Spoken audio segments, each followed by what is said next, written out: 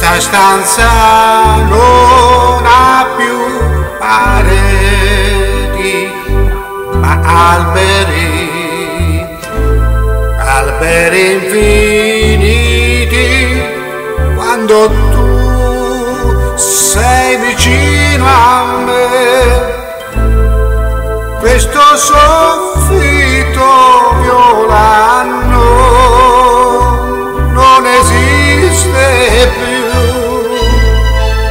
Vedo il cielo sopra noi, che restiamo qui abbandonati, come se non ci fosse più